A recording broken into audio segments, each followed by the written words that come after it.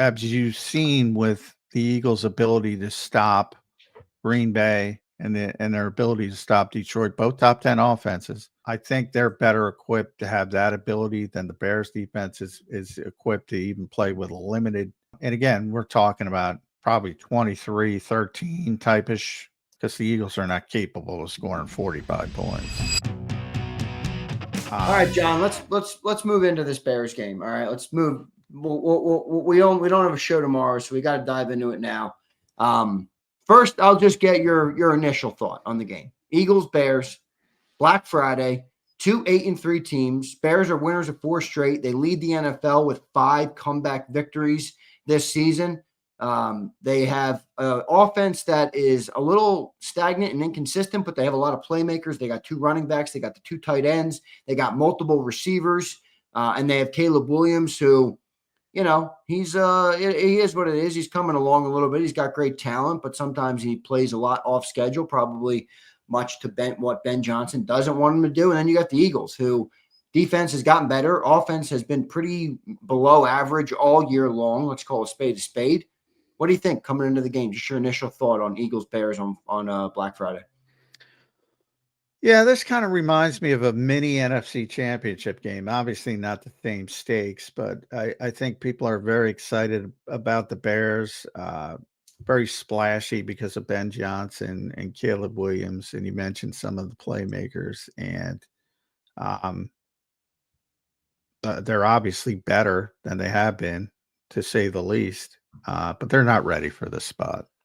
The one thing concerns me is the short week, because last time they didn't handle that well, the Eagles.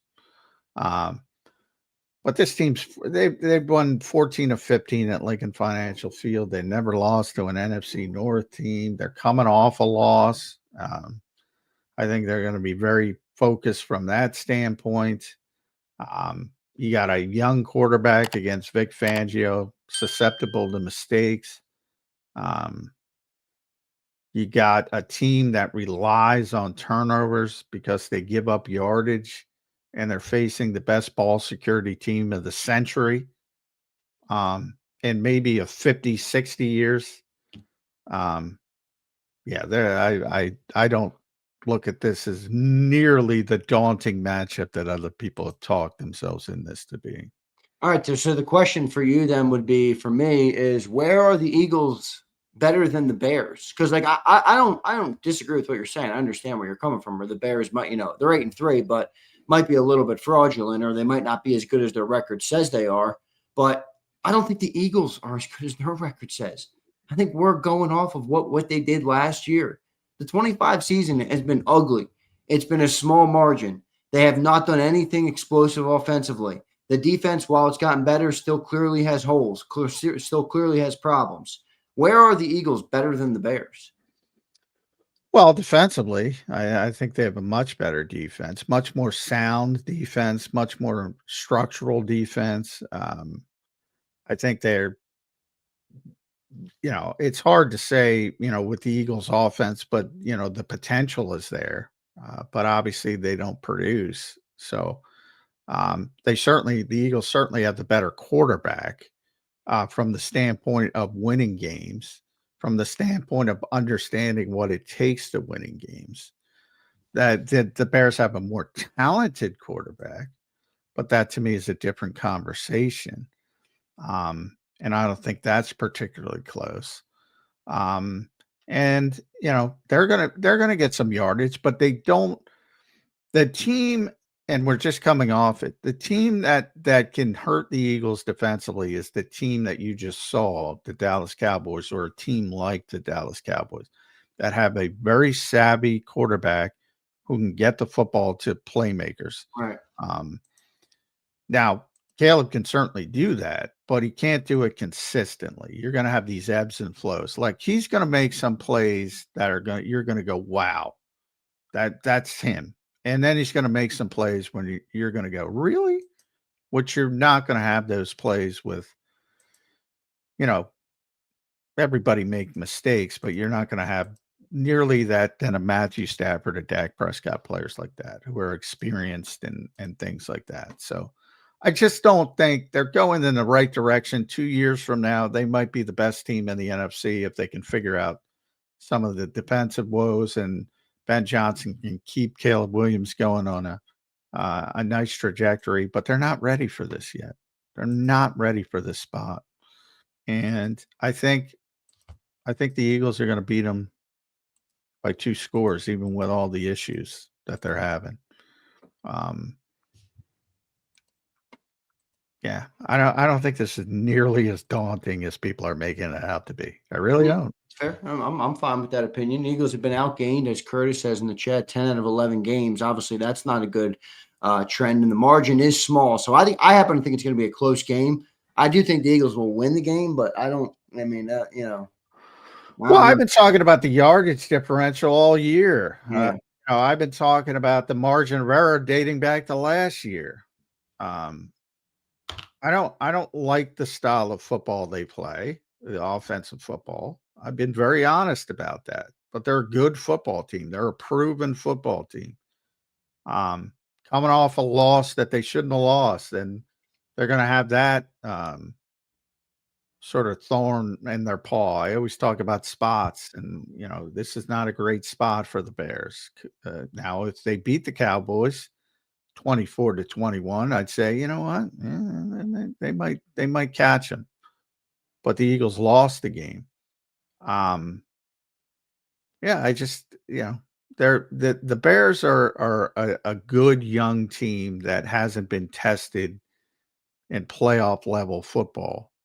And there's stages to that. But so more of your confidence in the Eagles, does it come from what they've done this year, or more from what you just mentioned? They're more of a battle-tested team. They've been through more. They have more playoff success. Well, it's funny because most of Eagles fans think they're the most talented team in the history of football. Like, I don't get it. I don't go down that route. I think it's way closer than people realize. And then Chicago comes in with a bunch of playmakers, and they're fearful of the Chicago Bears. Like, the Eagles don't have more talent up and down the roster. I think they're like, fearful. How does that compute? Where does that come from? I think the compute is more just like this Eagles team doesn't pass the eye test. They're not good offensively.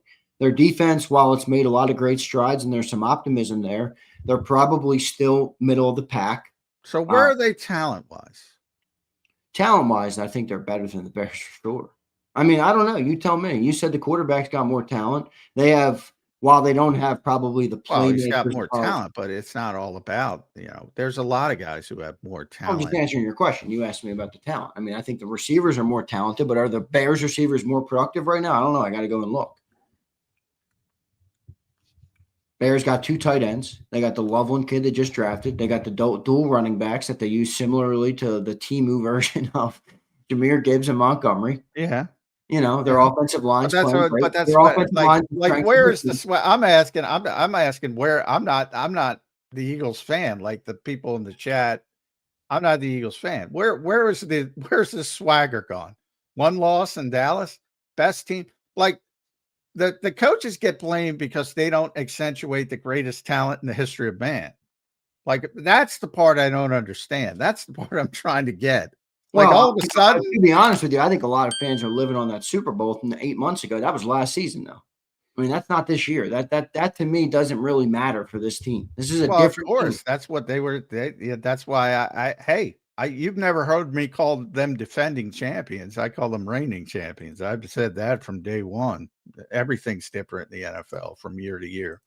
But they have significantly more talent than the Chicago Bears from an NFL perspective. The Bears offensive line playing better than the Eagles offensive line right now? Yeah, certainly coming off last week. That's the worst offensive line game the Eagles have played in a very long time. And they don't have Lane Johnson. They're not going to have Lane again. Cam Jurgens, I mean, we all saw what he did in the versus Dallas. He was absolutely horrible.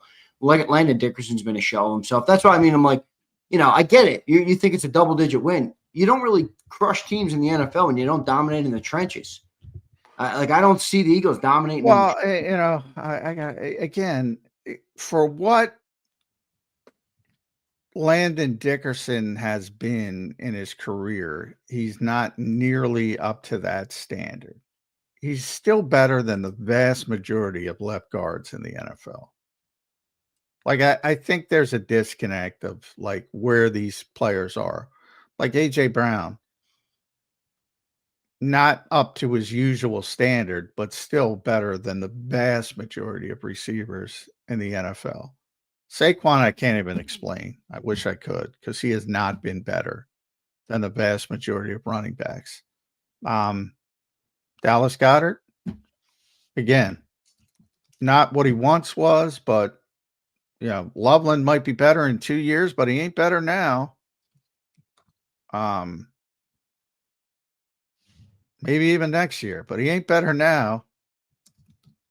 Jordan Mailata, not what he was last year, but still top 5 left tackle in football. The defense, nobody complains about the defense for the most part, nor should they.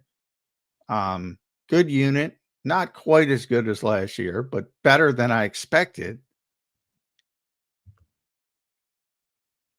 Yeah, I guess I'm not as down on the talent, ironic, but I was never as high on the talent as I'm not down on the talent. I just don't think right now they're playing good football. I don't think they're a good team right now. Well, they played terrible in the second half of Dallas. No doubt about it. I don't know, man. They played. What would you say offensively has been underwhelming offensive performances this year? We've played 11 games. Well, offensively, to me, they played poorly defensively. They played poorly offensively. They played poorly on special teams. So that's what I'm talking about when they played poorly in Dallas.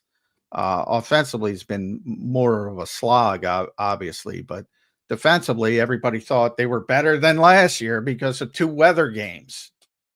You don't have to go back too far where it's, they figured everything out. Yeah, that's fair. That's fair.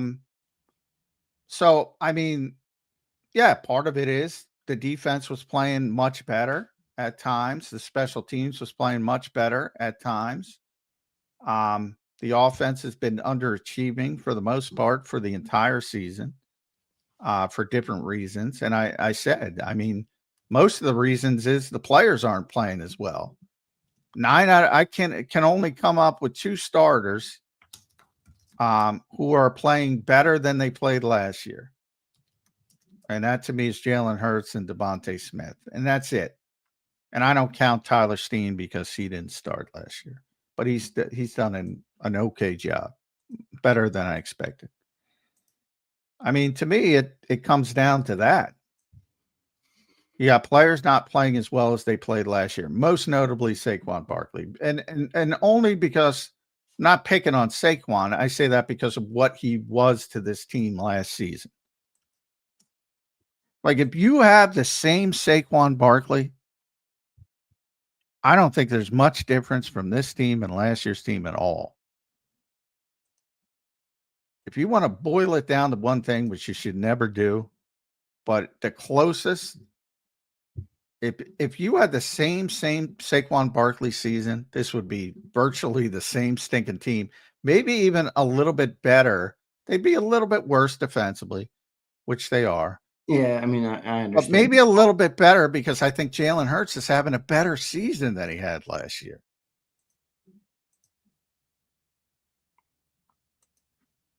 But they can't figure out the freaking running game. Yeah, well, that's an interesting part of it. We'll see. So, John, how do you see the game going then? I mean, what do you think? Like, I guess it's hard to predict this, but you always talk about the personalities of games. I think the Dallas game, you could kind of tell because, it was an indoor game in Dallas. Obviously, Dallas has the high-flying offense, and their defense is not so good. Eagles' offense is a little bit stagnant and inconsistent. They get the ups and the downs, as you saw again in Dallas. What do you think the personality of this game will be? Yeah, I gotta check the weather. It says 41 on Friday. It's gonna get chilly. So, I mean, the Bears are obviously used to playing in poor weather, but just from the general sense of offense, it's going to affect the offense, as you saw with Green Bay and Detroit, even top tier offenses. So I think that helps the defense. on both sides of the football. And I think as you've seen with the Eagles' ability to stop Green Bay and their ability to stop Detroit, both top 10 offenses, I think they're better equipped to have that ability than the Bears defense is equipped to even play with a limited. And again, we're talking about probably 23-13 type-ish, because the Eagles are not capable of scoring 45 points. And if they are, they're going to get a defensive touchdown or something of that nature. But I think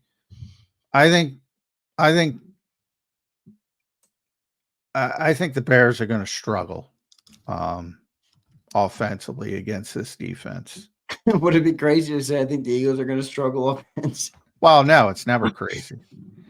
But people will look at the numbers and say, well, this is the 6th ranked offense. This is the 2nd ranked rushing offense. They're 8th in points per game. They're top 10 in, all the meaningful statistics, basically. And I think people are going to say, whoa, similar to Detroit, not at that level, but similar to Detroit. I think people are going to come into it with the mindset of they're going to score a bunch of points. And I think part of it is just the weather, outdoor, Northeast, Midwest in November, late November, things tighten up. And then, part of it is, I think Caleb Williams is going to be confused by a bunch of different stuff. Yeah.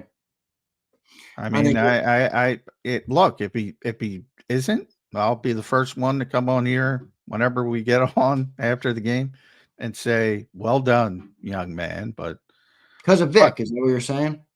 Well, I mean, partially Vic, but the players got to play. I mean, the Eagles play a more complicated style of coverage than most NFL teams. Yeah, and it confuses young quarterbacks. Yes.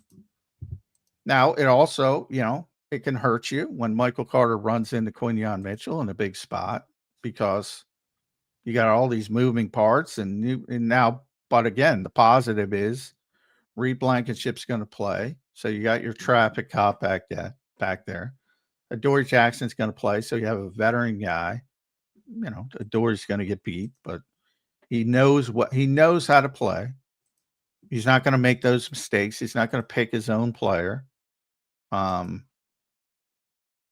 You've seen it, the confusion of quarterbacks. Yeah. How much do you think his scrambling ability, changes that? Because he does have that ability, and when you have a quarterback at golf or something, now he's obviously a veteran, but I'm just saying if they're stuck in the pocket, you can get to him, or if you confuse him that way, it's a little easier. When you have the ability like Caleb, like he'll just roll out, kind of like an old school Hurts, just roll out and try and make a play that way. Yeah, he's phenomenal, off the charts athletically. Like I said, there's going to be 3-4 plays he's going to make in this game that are going to frustrate the living hell out of you because there's not many people in the world. He's got this ability to go right, which is and throw these footballs on a line 30, 40 yards down the field. You're probably going to see one of those. Interestingly, he doesn't like to run, which actually I think is a positive long term for the Bears because he's always looking pass first. As I said, Jalen Hurts has more rushing yards than he does. Not because he shouldn't. I mean, if he wanted to be, if he wanted to run for 8, 9, even 1,000, he could do it. He's that athletic. But he looks to throw the football first, which is a good thing for the Chicago Bears. But yeah, I'm sure in key situations he'll have Zach Bond as the spy because he can beat you. But the good news is, again, we talk about now there's a bunch of tush pushes with Jalen Hurts that take down his average. So I'm not talking about average. Caleb's at 5.2. Jalen's at 3.7. But Jalen has 298 yards rushing, and people don't think he runs the ball nearly enough. Caleb Williams has 293. He doesn't like to run the ball. As a rookie, Caleb Williams, he didn't have one rushing touchdown. Not one. Not one. He's got 3 this year, so he's doing it a little bit more. Yeah. But he's not a runner. He doesn't like to run. Yeah, he likes to throw the ball. He just wants to make play. Yeah, he'll just escape the pocket. Yeah.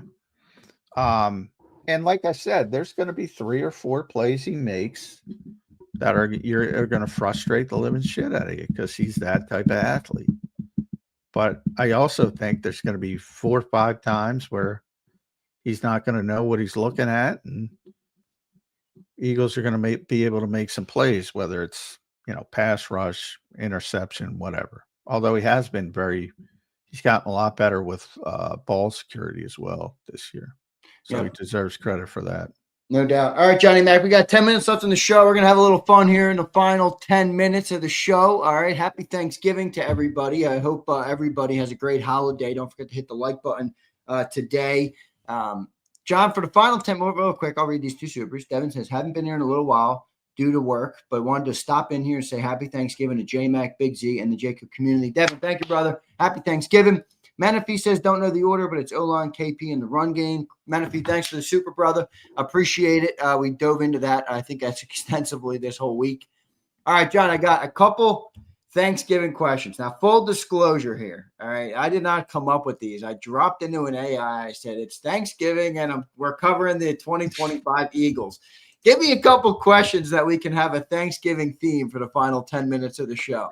So AI runs the world, man. I ruled out the ones, though, that are for fans. Like, who are you thankful for on the Eagle? Like shit like that. I've given ones that are more tailored that John McMullen could give a good answer on, okay? So the first one I'm going to hit you with here, John, is which Eagle deserves the biggest slice of Thanksgiving pie this season?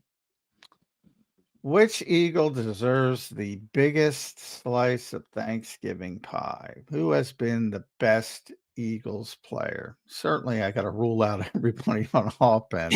Yep.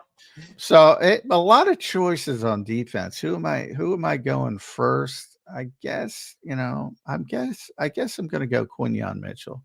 Oh, that's a good one. I can buy that. I think overall he didn't have a great game last week, but overall he's been really impressive.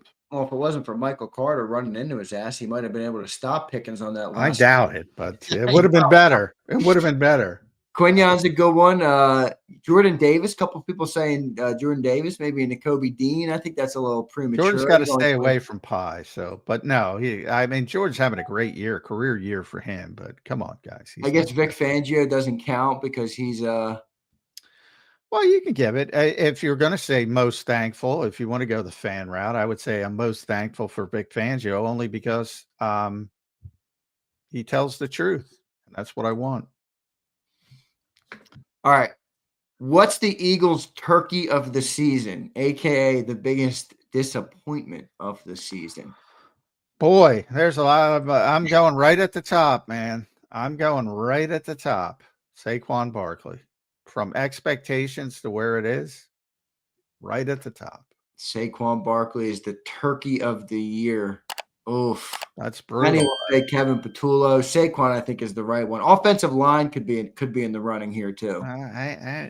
Well, Cam, other than Cam, I think Landon? Landon is still, compared to his peers, like, to me, it's all expectations with Landon. Cam has played poorly.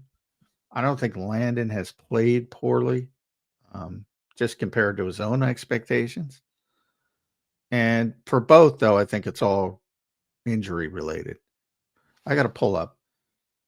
I know I was looking at the other day, but Landon is 27 of 81 measured against guards, PFF, whatever. If you have people who hate them. Cam is 30 of 38. So he's been flat out bad, underwater, one of the worst centers in football. Saquon, this is why I went Saquon. 48 of 59. 48 of 59. That's brutal. Yeah, it is.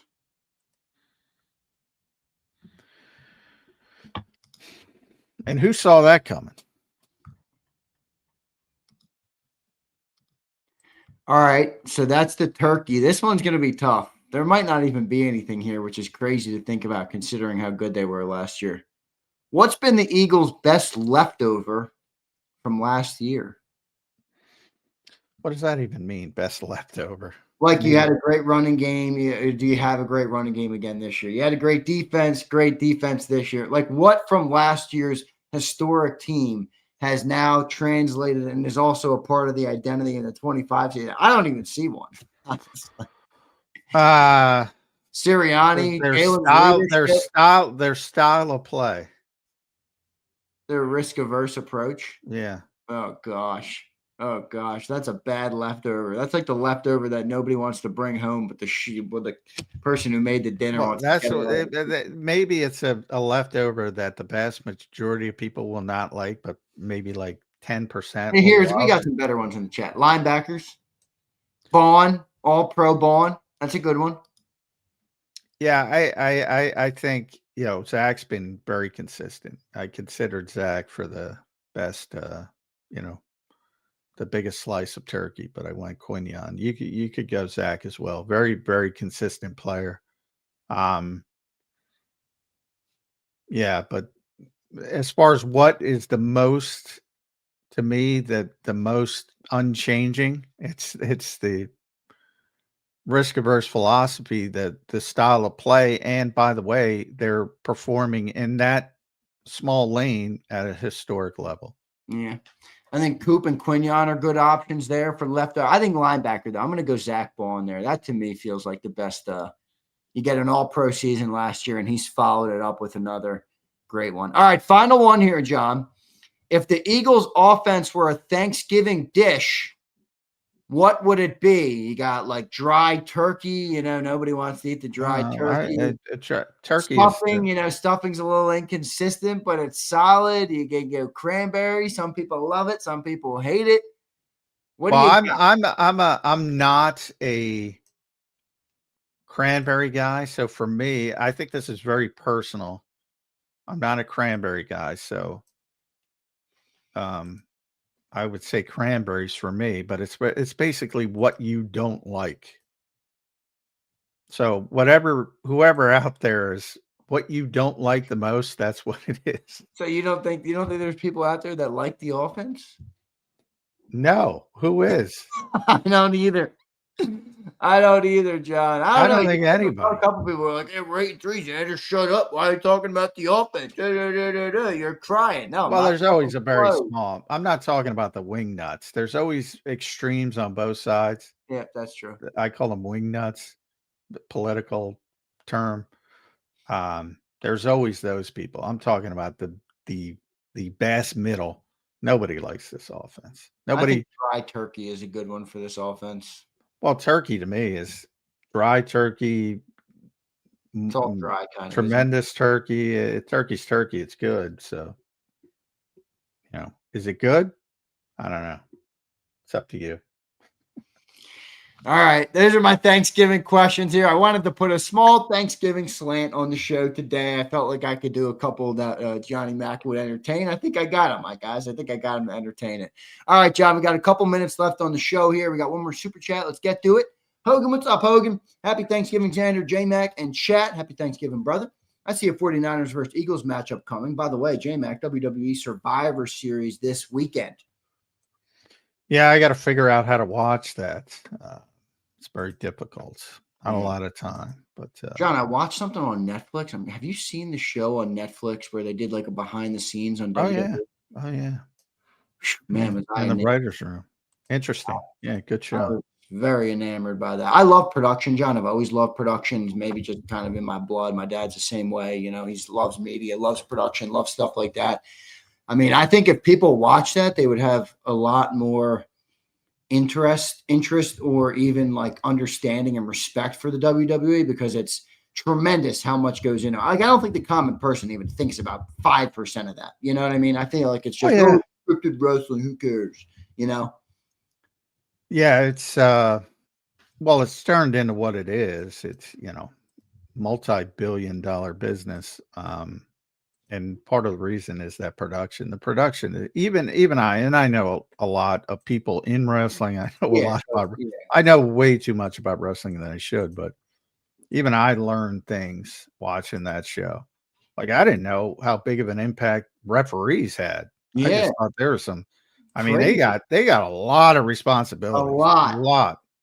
And that was that when I watched that show, I was like, wow, I have way more respect for, you generally don't think about them, and Yeah, it is a tough job. I like Triple H too, man. I like him. I think he's perfect for that job.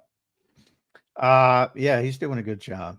I mean, they've never, it's about, we always talk about NFL, it's about winning, and that it's about revenue, and they've broken so many revenue records since he's taken over. It's what you're gauged on. Yeah, basically. All right, Hogan, good stuff, man. So enjoy the WWE event this weekend. Johnny Mac, I know you got to run. What's on the Eagles' agenda today? And then we'll get your final thought here on a Monday, or on a Wednesday, excuse me. No shut-ups to go around right now, Johnny Mac. Yeah, no shut-ups for polite people. Yeah, Eagles will win the football game. I guess we're doing a show Friday morning, right? Are we? Friday morning. Yeah. I got to go to the game right after that. So we could maybe abbreviate it if you because I know what's the game 3:00. Yeah, so you probably got to get down there. We could do an abbreviated show or something. I'll be live for 2 hours, but if we yeah, we'll well, yeah, I can get down there, but when we're going to do the pregame show, so there's going to be some redundancy, but they're going to win the football game. There's already going to be some because I've already made my prediction, but yeah, I think they're going to win. I just, improving team. I just don't think they're ready for this spot yet. And by the way, Thursday, Thanksgiving, the biggest game is the earliest game. Packers Lions. And right there, I mean, we could be thinking about the NFC North a lot differently after Friday's game if the Eagles handle their business. Yeah. So wait, who plays on Thanksgiving? Packers and Lions? Yeah. Is that the game? Wow, that's a good one. So you got Packers, Cowboys, Chiefs, Packers, Lions, and who's the third game? Bengals, Ravens, but Joe Burrow's going to play. Joe Burrow. Wow, 3 good games on Thanksgiving. Oh, great. So my family's going to be mad because I'm going to be watching the TV all day. Fine, fair enough with me. All right, John, great show, my man. Get down there today, and we will talk to you on Football Friday. Have a great Thanksgiving, John. All of JAKIB Nation, I will speak for them all, is thankful for John McMullen. I, for one, know that I'm thankful for John McMullen and all you've taught me about the game of football and doing this show together. Johnny Mac, appreciate you, brother. We'll talk to him Friday. Yeah, happy Thanksgiving, everybody. Enjoy the day, and we'll get right back to football.